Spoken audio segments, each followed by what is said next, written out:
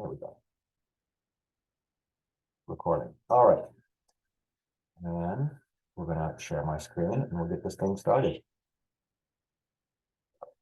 So welcome everyone to the Stop School Violence Specialized Training and Technical Assistance Program, focusing on school-based community violence intervention and prevention approaches.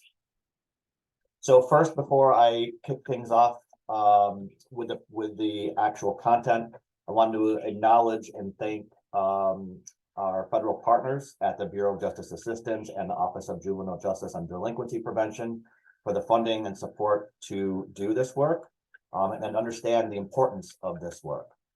So today, again, my name is James Stark from the LISC Safety and Justice team.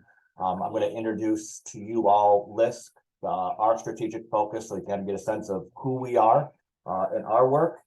And then I'm going to do a little bit of project grounding. This type of specialized TTA support is new, so I want to be able to provide you some general information about what this type of training and technical assistance support is going to involve and how it can support you and your schools and your community. I'll provide a little bit of information about our training and technical assistance approach, and things that you can ask us, how we can support you. And finally, we'll have some time for questions and answers at the end. So as we get this thing kick-started, love for you to add to the chat your organization, if your school engages in school-based violence intervention approaches. And if you want to also add, potentially some strategies that your school is interested in learning about. And while you all are doing that, I am going to try to add a poll question. I think I can do it. Here we go. So I'm going to launch this poll question and give you all about 45 seconds to answer it, just getting a sense of types of community partners that you are engaging with to reduce violence and increase school safety. So we'll give you all about 45 seconds to answer this question.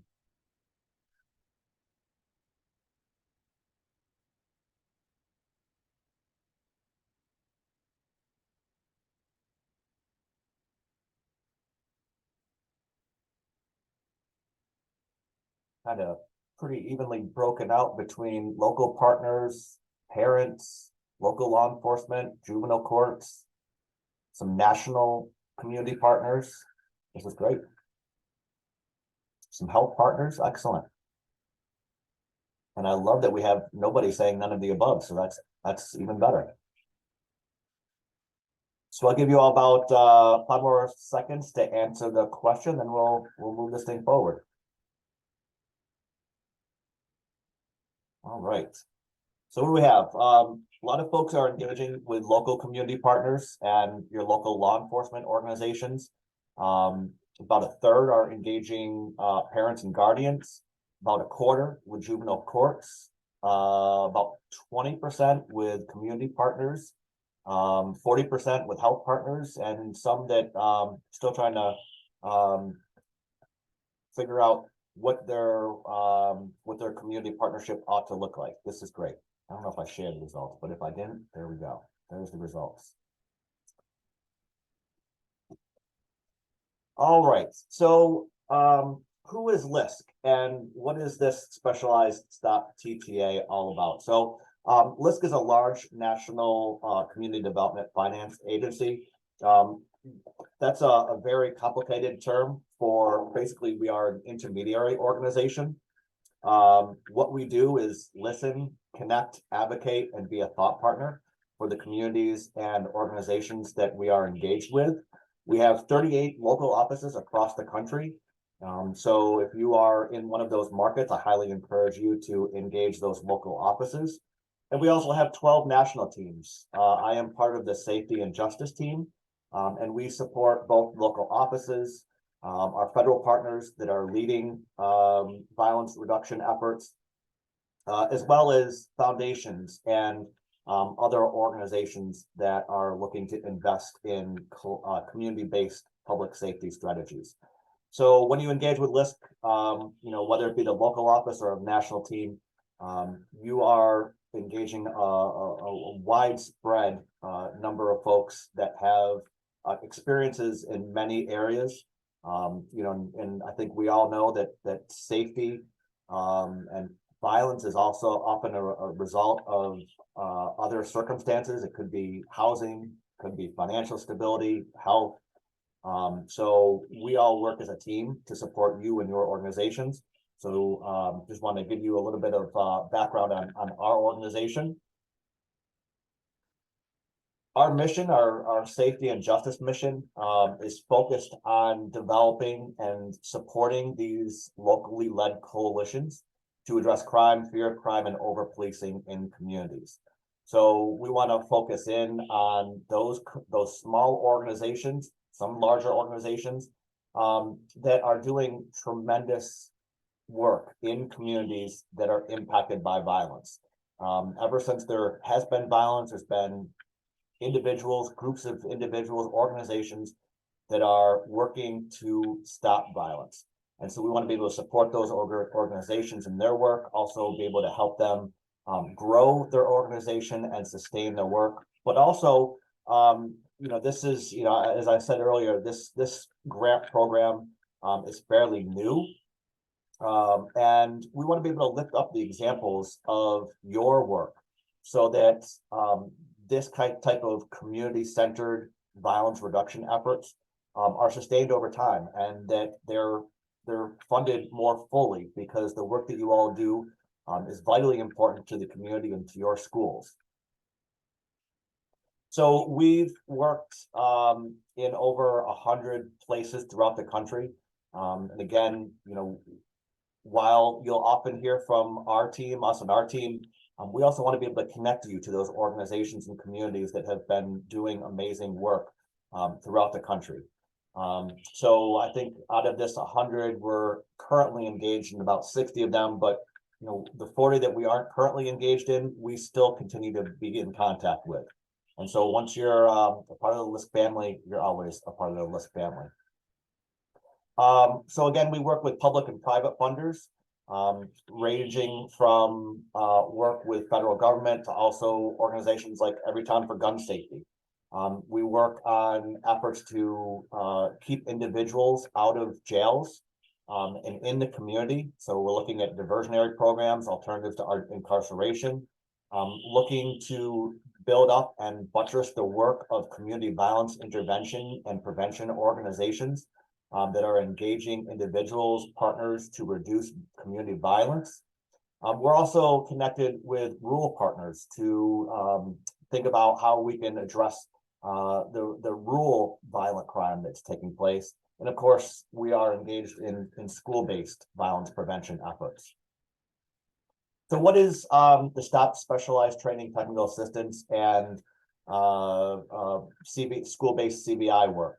So the long and short of it is that we want to be able to engage or enhance the capacity of schools to implement community violence intervention programs through the development of tools, resources, and program models that really focus on the individual's relationships and societal factors that contribute to youth violence. So just setting the context, our federal partners have awarded about $200 million of resources in the past couple of years to community violence intervention approaches. And this is school-based programs, hospital-based programs, programs that engage individuals and disrupt violence on the streets, place-based violence reduction efforts, engaging individuals and communities impacted by the trauma. It needs and it requires this collective and community-led approach to be able to do this work effectively. Federal government has seen that there's been this growing interest from school administrators to support community violence intervention approaches. And we've also noticed this kind of a hesitation by some of the schools, because this is difficult work. Some of these partnerships are challenging, and the data that you all are capturing and sometimes the labeling of students is something, oftentimes something that we're trying to reduce or stop.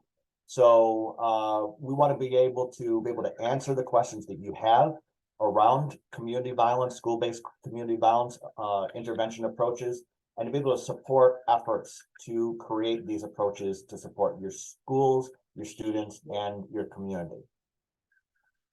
So wanted to provide a QR code there on the bottom.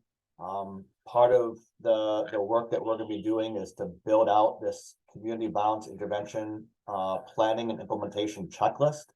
So just as kind of the set the tone, wanted to define what community violence intervention is. And community violence intervention generally happens outside the home in public places. Most of it involves a relatively small number of people as victims or perpetrators, but it impacts the entire community. It erodes public health, causes economic disruption, and contributes to long-lasting individual and community traumas.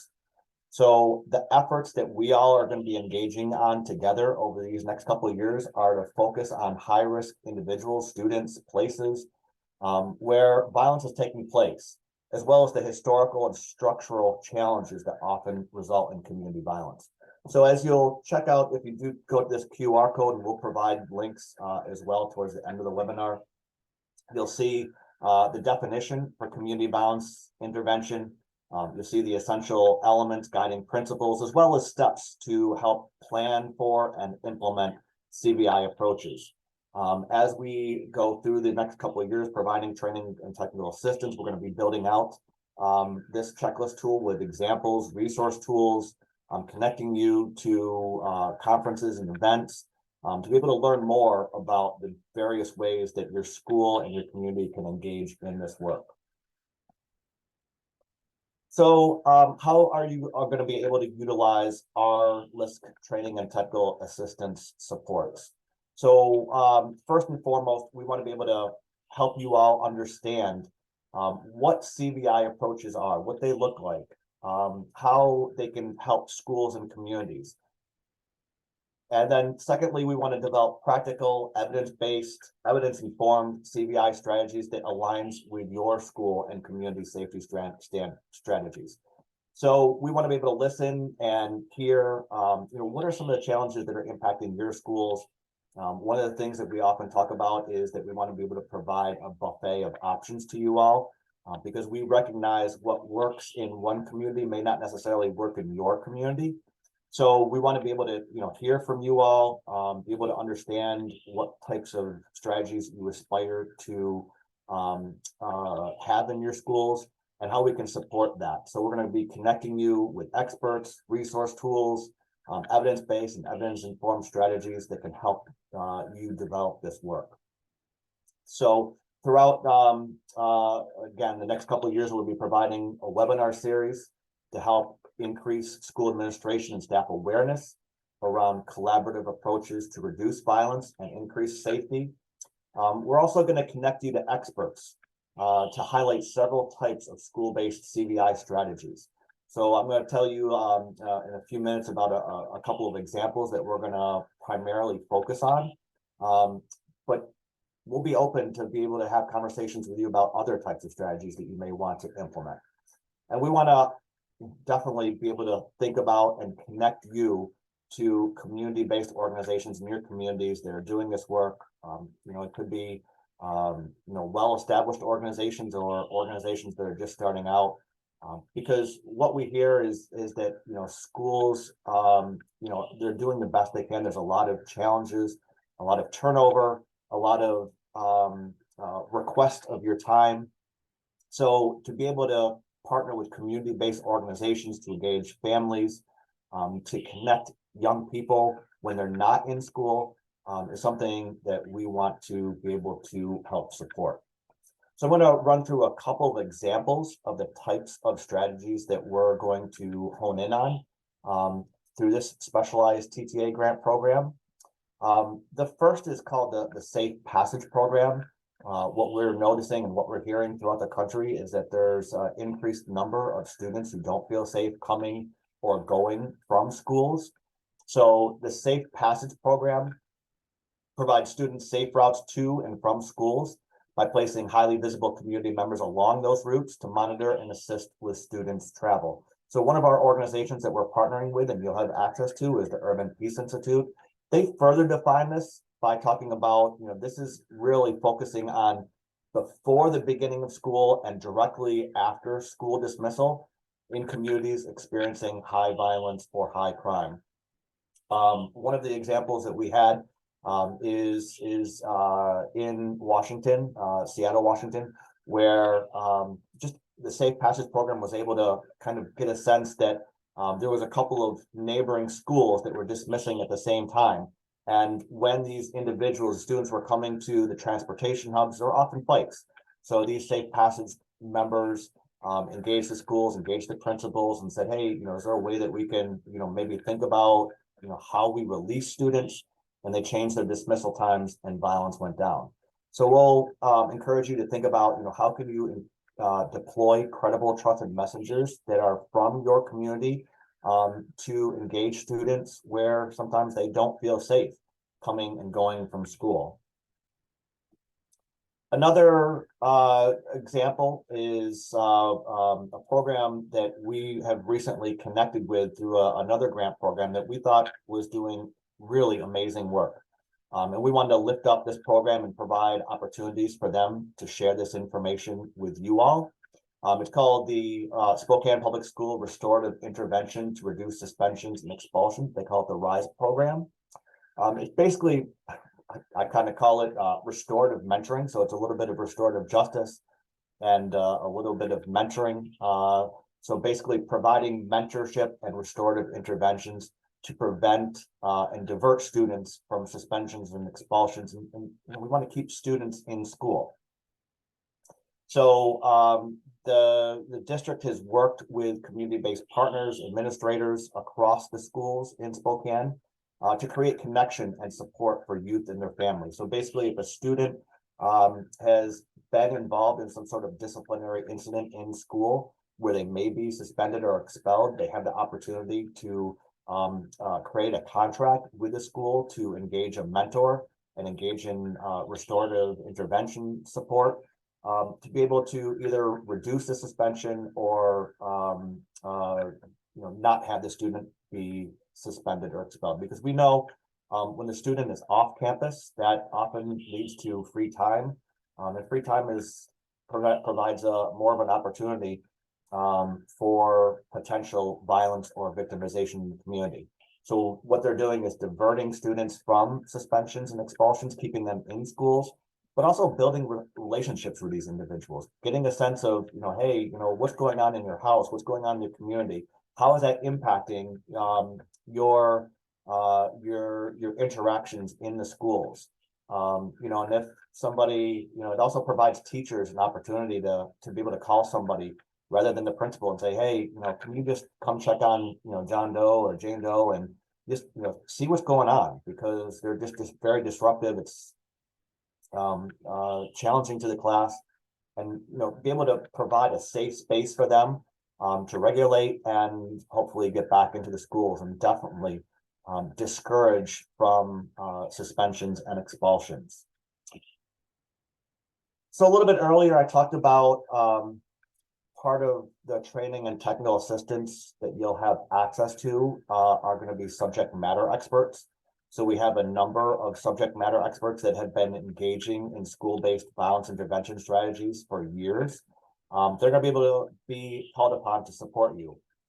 So towards the end here, I'm going to provide a couple of QR codes and links where you can ask TA questions, technical assistance questions, and we can then get back to you and provide these supports. We might say, hey, it might be worthwhile engaging in one of our subject matter experts.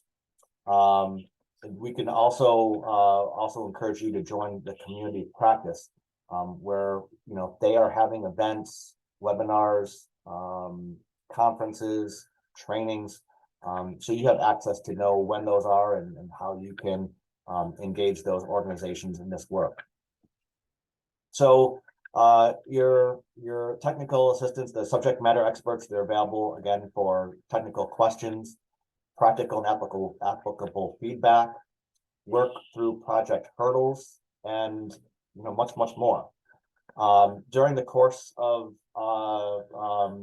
the webinars, we're going to be providing conversations around, how do you define who and where you want to focus your CVI resources. Again, this is intervention-based work, not necessarily, there is a bit of prevention, but it's primarily intervention-based work. So how do we use the data, our relationships to define where we want to deploy CVI resources, approaches, to engage those individuals that are individuals and places where crime has been persistent. We're also going to have a resource page that you'll have access to resources. It can be journal articles, it can all the way to just videos that we've seen on the web, highlights of various organizations. We want to be able to hear from you and hear from the community and get a sense of what you all are doing so that we can highlight that work so that funding for programs such as this will continue moving forward. So as I promised, and we're moving through this very quickly. If you want to engage with an expert for planning or implementation support, please send us a TA request, or if you want to join our community of practice, you can either tap those QR codes and go to your phone to access those. And I think on chat, we're also going to provide those as links as well. And I'm sure there's a question around if this PowerPoint is going to be made available. Absolutely. We're going to post it on our site, and we're going to share it as well with your main stop TTA partner, the University of Michigan, and the National Center for School Safety. And as always, if you have questions in the interim, don't hesitate to reach out to me. That's my my email address and phone number.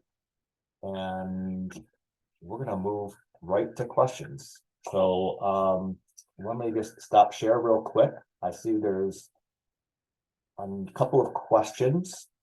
And if you have questions, I see Tim, you raised your hand. So if you can unmute and ask the question, go right ahead. And if you need me to unmute, just put it in the chat.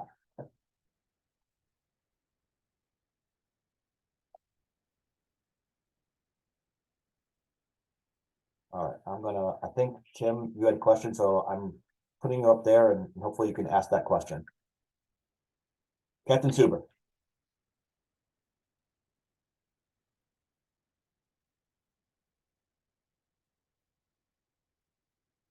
All right.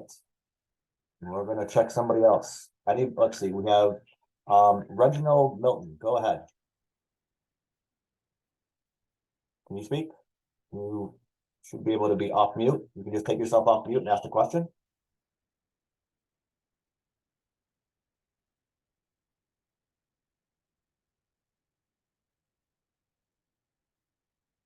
All right, we're 0 for 2. Captain Suber or Reginald, if you take yourself off mute, you can ask a question. But in the interim, let me see. I think there were a couple of questions. Let me see if I can pull those up and answer those. I don't have any questions, sir. This is Captain Suber. Hey, Captain Suber, how are you? I'm doing great. Thank you. You had a question? Not anymore. I'm good. Thank you. Okay. All right. All right.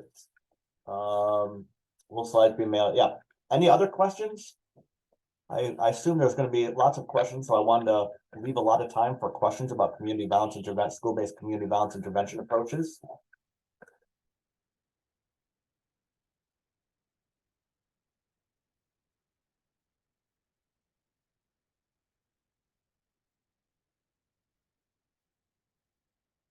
If that's no questions, let me see. It looks like. And let's see, any other questions? Nope, no other questions. Okay. So I will just say stay tuned for webinars. We're going to be providing webinars starting in I think January of 2024. We'll definitely be posting them with National Center for School Safety and their newsletter. If you join the community of practice, which I highly encourage you to do so, we'll make sure you get an email from us as well. If you have interim questions, don't hesitate to email me. I'll put my email address in there, just again for you. And I guess that's it. Any last questions? All right. Well, look forward to connecting with you over the next year or so, hopefully more, and we'll be in touch. Thanks so much.